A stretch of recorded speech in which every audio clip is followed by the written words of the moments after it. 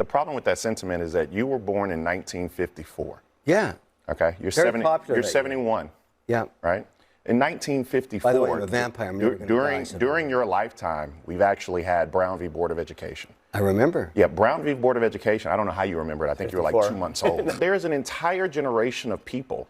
Brown v. Board, it overturned Plessy v. Ferguson of 1896. My point is that my mother was born in 1951. She desegregated schools. My father was shot in the Civil Rights Movement. Those people. Let him finish. I'm going to finish because you're being utterly disrespectful. Not at all. So I'm going to finish this comment. Let's pause for a moment. This is exactly how dingleberries like Kevin O'Leary, a Canadian multi-millionaire, debate. It is beyond disrespectful, but I digress. So what I'm telling you is that there are people in this country who fought, died, and bled for the right to vote. Don't be a dick. Just understand. Okay. Bakari, please. I'm not understand. a dick. I'm pointing something out to you. The Constitution is being upheld. Do you have a problem with that? Do you have a problem with the Constitution of the United States of America? Bakari, I'm going to stop you because I just want everybody to reset with a modicum of respect at this table. Please stop. I want you to understand that there is a price. To you, there's a price that was paid for this right.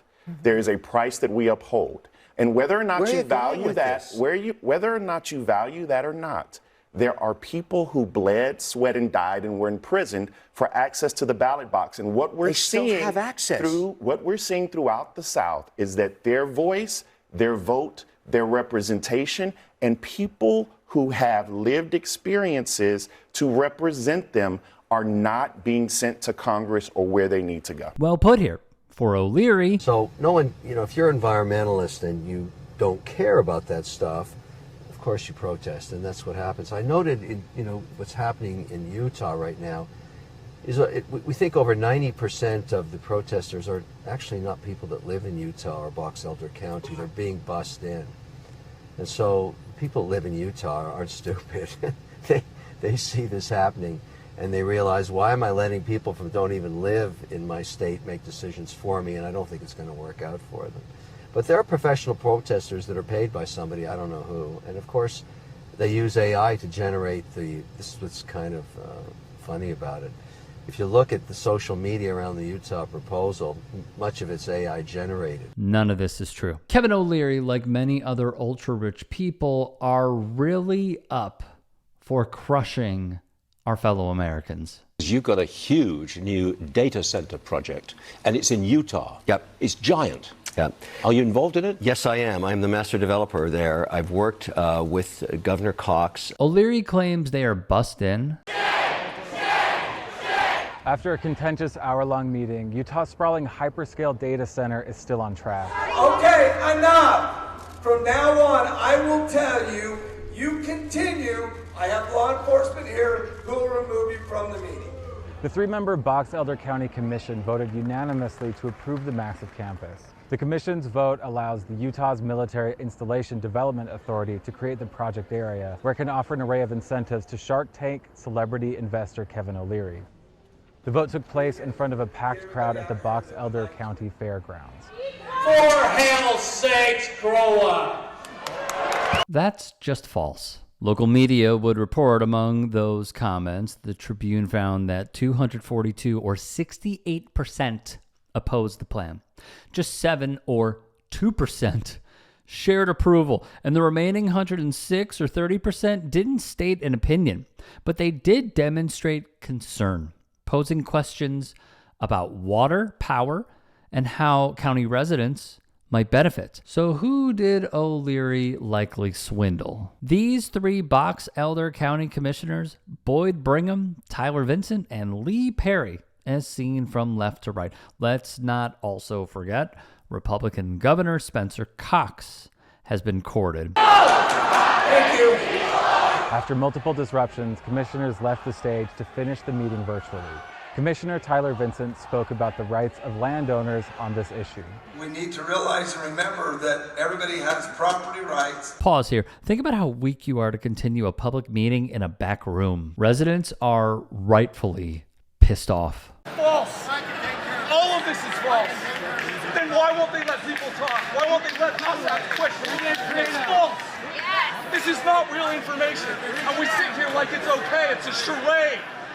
It's a charade. It's false.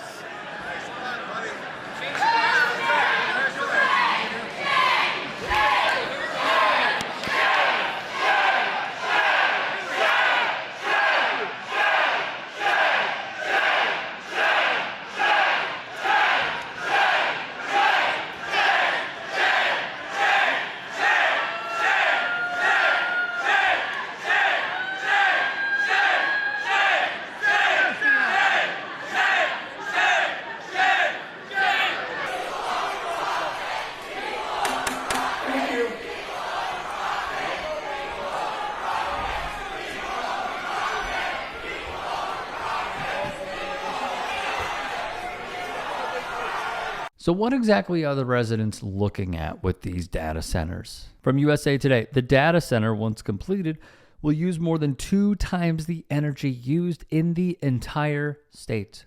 It will generate great amounts of air pollution and noise pollution, and will use thousands of gallons of water, which is already a scarce resource in the area. At the cost of the environment and residents' sanity, the county estimates that 2,000 permanent jobs will be created. But please take that with a humongous grain of salt. In short, nothing good. Around 40,000 acres on 4 different plots of unincorporated Box Elder County have been set aside for the project. The majority of the land is privately owned and is north of the Great Salt Lake. Another 2 parcels are on the west side of the lake. Those sections are owned by the Department of Defense and the Utah Trust Lands Administration. MIDA projects must include military land, and state trust land must be included for the state to receive its share of its tax revenue. One of the biggest deals, and I'm not exaggerating, in the history of the state of Utah. That's MIDA's Executive Director, Paul Morris. The first part is 3 gigawatts of power. Estimates for the project say that the first phase will require 3 gigawatts of power, nearly matching Utah's average statewide electricity use of 4 gigawatts. That will grow into 9 gigawatts of power. State supporters said water from the lake used by the data center will be treated and sent to the drying Great Salt Lake, which will likely hit a new record low after Utah saw historically low snowpack and unseasonably warm spring temperatures this year. Let's also remember this. Now Elon Musk is coming to Memphis to build the world's largest supercomputer. A year later, we here because we mean business. People here want answers. It's the job of the health department to protect our lungs, and not once have they went to XAI to see that they had 35 gas turbines operating and polluting our air. We went to Memphis and found an environmental crime scene.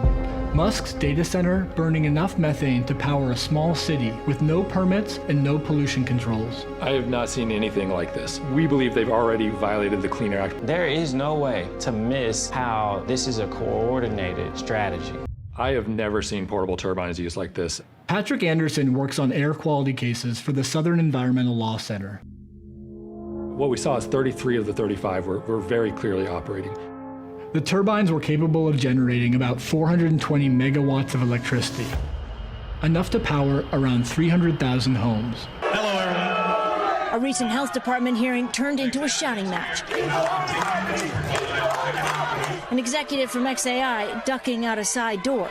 Easter Knox lives 2 miles away. You smelled it? Yes, Lord. Right away? I sure did. Well, after they got situated, I started smelling it. Knox lives in Boxtown, a mostly black, low-income neighborhood in South Memphis. There's a lot of people out here who got medical problems like breathing issues. Cancer risks here are 4 times higher than the national average. Cancer killed her father and other relatives, Knox tells us. Life expectancy here is 9 years less than the national average. These are the gas turbines fueling the supercomputer they call Colossus.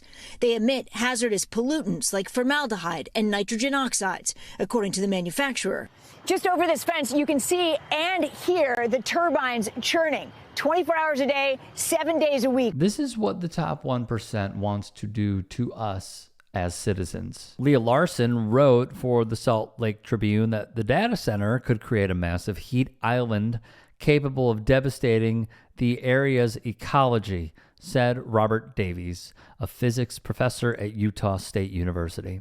His quote, "It will likely need 9 gigawatts of energy at full build, more than double the electricity currently used by the entire state."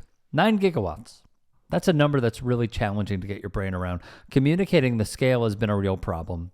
Davies would then inform the masses that this waste heat will get dumped into the local environment. Essentially, it's the equivalent of about 23 atom bombs worth of energy dumped into this local environment every single day. If you can and are willing, please become a paid member here at TYT Sports. And or go to tyt.com/join. In addition, you can follow me on Twitter, Instagram, and TikTok. Appreciate it. Have a great day.